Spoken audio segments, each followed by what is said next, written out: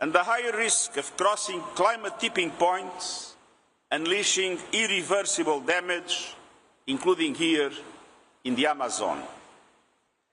But we can still bend temperatures back below 1.5 degrees before the end of this century, if we act now to make this overshoot as small, short and safe as possible.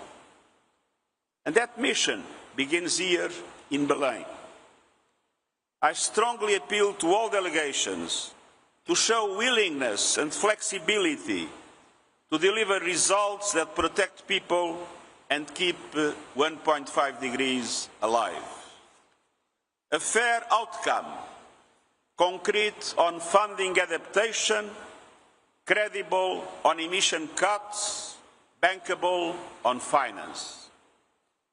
And that demands compromise and common ground.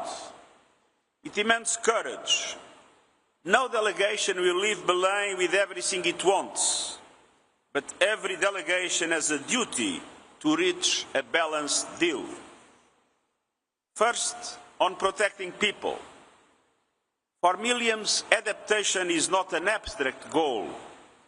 It is the difference between rebuilding and being swept away, between replanting and starving, between staying on ancestral land or losing it forever. Adaptation needs are skyrocketing, and the overshoot will push them even higher. Yet, developed countries' commitment to double adaptation finance this year is slipping away. So, tripling adaptation finance by 2030 is essential. The Loss and Damage Fund, open for business but still largely empty, must be capitalized to easier and easier to access. I urge all funders, bilateral partners, climate funds, multilateral development banks to step up and prevent further tragedies. It's about survival, it's about justice, and for indigenous peoples, it is also about protecting cultures and homelands that sustain our planet's vital ecosystems. Second, emission cuts. 10 years after the Paris Agreement, we have moved, but nowhere near enough. The UNEP emissions gap report shows that today's nationally determined contributions, even if fully implemented, would put us on a path well above 2 degrees of global warming. And that is a death sentence for many. Those national plans must be a floor, not a ceiling. We must move much faster with a drastic cut on emissions. The renewables revolution makes it possible. Clean energy has never been cheaper and more abundant, powering growth and shielding households and economies from volatile fossil fuel markets. With the right support, it is essential that most countries peak emissions now, slash them in half this decade, hit net zero by 2050, and go net negative after. The principle of common but differentiated responsibilities applies, but every country, especially the big emitters, must do more. And the world must pursue a just, orderly and equitable transition away from fossil fuels, as agreed at COP28 in Dubai. It is a climate necessity and a test of economic stability, energy security and responsible governance. We must end market distortions that favour fossil fuels. We must address disinformation aimed at derailing the transition. But governments must support workers and communities still relying on coal, oil and gas, with training, protection and new opportunities to go on with their lives in a positive way. I welcome calls for a just transition mechanism, and the growing coalition asking for clarity on the transition away from fossil fuels. And I urge countries to ensure that the Belém outcome operationalizes a just transition that is aligned with the 1.5-degree world. Moving faster also means investing in infrastructure and meeting new electricity demand with clean power, including the surge driven by artificial intelligence. That is why I've been calling for a new global coalition on grid, storage and electrification, so clean energy reaches everyone, everywhere, and becomes a default choice. We must also cut methane emissions sharply this decade using proven, affordable measures. And finally, and extremely important, it is imperative to halt and reversing deforestation by 2030, so nature remains a shield, not a casualty. Third, on finance. None of this can happen without finding that it is predictable, accessible and guaranteed. We need a credible path to realizing the Baku finance goal. We developed countries leading to mobilize at least $300 billion by 2035 each year, and a clear route to reaching $1.3 trillion per year by 2035. Simpler rules must allow vulnerable countries to get support quickly.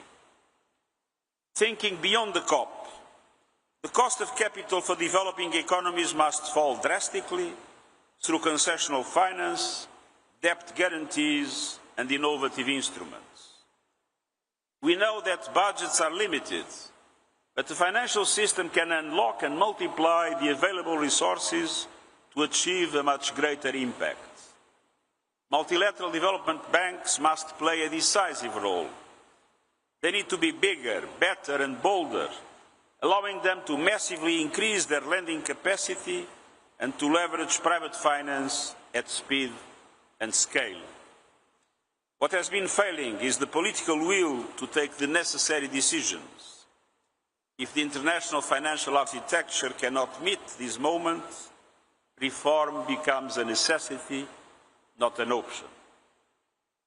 Dear members of the media, before I leave for the G20 meeting in South Africa, allow me to say a few words directly to ministers and negotiators. Please engage in good faith to reach an ambitious compromise. 1.5 degrees must be your only red line. This is the hour for leadership. Be bold, follow the science, put people before profit, and please keep your eyes on the finish line. Thank you.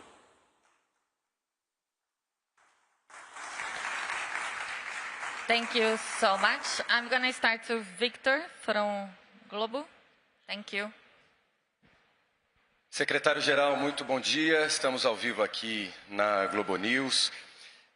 Bom, com a vinda do presidente Lula para cá ontem, ele se envolveu nas negociações, mas ainda assim há muita resistência de países como China, Índia e Rússia para incluir no texto final da COP a redução da dependência de combustíveis fósseis. O senhor acha que isso pode prejudicar a missão 1.5 e prejudicar o legado da COP30? Aproveito, eu soube que o senhor saiu para jantar ontem aqui em Belém. Gostou da cidade? O que o senhor está achando de Belém? Gostei imenso da cidade de Belém. E devo dizer que em todas as negociações há uma fase em que as posições são ainda divergentes. Para mim é claro que um acordo só será possível se esse acordo tiver em conta as preocupações daqueles que consideram que a adaptação necessita de um volume de recursos substancial e aqueles que consideram que de pouco valerá se apoiar a adaptação se as emissões continuarem a crescer de uma forma extremamente rápida, causando cada vez mais devastação por todo o mundo. Há, portanto, aqui um equilíbrio entre adaptação e mitigação que me parece importante resolver, e estou convencido que a Presidência tudo fará para o alcançar. E, obviamente, um dos problemas essenciais em relação ao nível de emissões que temos é o facto de os combustíveis fósseis representarem 80% das emissões. E, portanto, não há solução para os problemas se não houver simultaneamente uma transição justa dos combustíveis fósseis para as energias renováveis. Thank you. Thais from Climate Home News, please. Thank you. Following what you mentioned about finance and adaptation, and particularly on this COP30, what would you consider to be truly ambitious outcomes on the topic on public finance and adaptation? Thank you. I mentioned in my intervention that I consider possible and desirable to triple adaptation finance until 2030. And I strongly hope that it will be possible to find a compromise in which developed countries accept to engage in this objective, and at the same time that their concerns about mitigation are also met by the COP. Justin from BBC.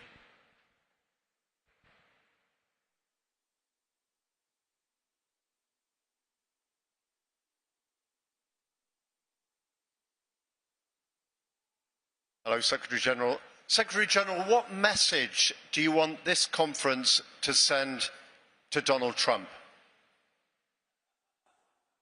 We are waiting for you. But do you also want to talk about whether he will engage in this process? Sorry? When will he begin to engage in this process? I didn't understand, sorry. Can you? I was asking, do you see a possibility of him engaging in this process in a positive way? Hope is the last thing that dies. Thank you so much. Kate from Reuters, please. Thank you. Is a roadmap to transition away from fossil fuels vital to the outcome of this COP? And if that is not delivered as a deal that all countries here, not just some, sign up to, would you say that COP30 has failed? I think this is not the moment to talk about the possible failure of the COP. It is the moment to guarantee that that failure doesn't occur. And so I am perfectly convinced that a compromise is possible, that to take into account, as I mentioned, the legitimate concerns of adaptation and the legitimate concerns of mitigation, which of course includes the necessity to take into account the question of fossil fuels, as it was done in the Dubai summit, COP. Thanks. Justin from AFP, please. If you can stand, just.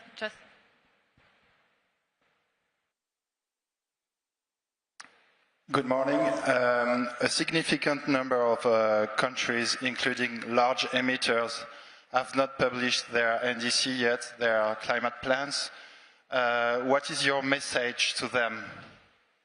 A group of countries has done? Huh?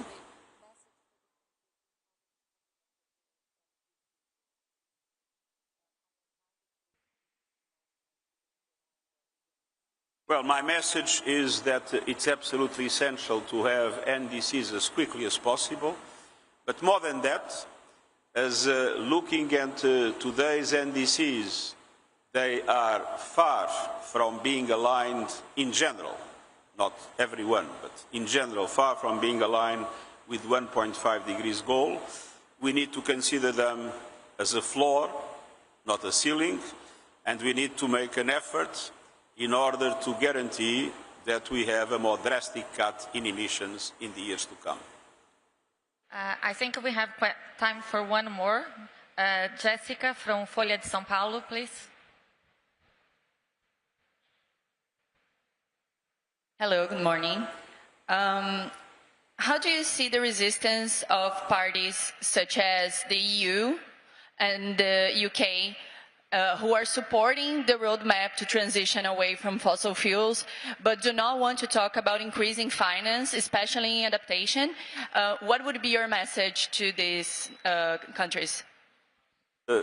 I must tell you that I spoke with the overwhelming majority of those countries, and they seemed ready to engage with the financing of adaptation, having as a legitimate concern that that is balanced by progress in the key aspects of mitigation.